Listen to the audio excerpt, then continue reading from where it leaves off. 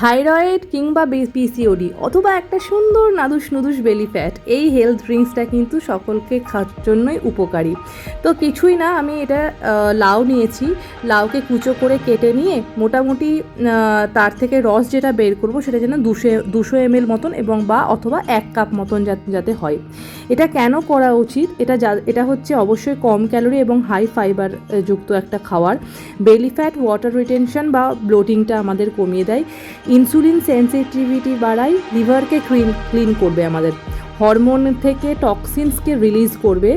এটা ছাড়া ভেতর থেকে যেহেতু বডিকে কুল রাখে এবং প্রাকৃতিকভাবে ন্যাচারালি একটা স্কিনে গ্লো আনবে। যাদের অ্যাসিডিটির সমস্যা অথবা কনস্টিপেশনের সমস্যা তাদের জন্য এটা খুব ভালো, যেহেতু এটা গাট হেলথকে আমাদেরকে রিস্টোর করে।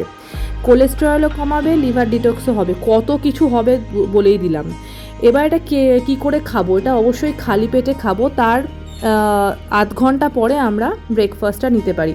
অপশনাল হিসেবে এটা আমি লেবুর রস নিয়েছি, একটু পুদিনা পাতা, একটু গোলমরিচ এবং একটু বিট নুন দিয়ে এটা করে নিয়েছি। যাদের অ্যাসিডিটির সমস্যা আছে তারা কিন্তু অবশ্যই লেবুটাকে স্কিপ করতে পারো।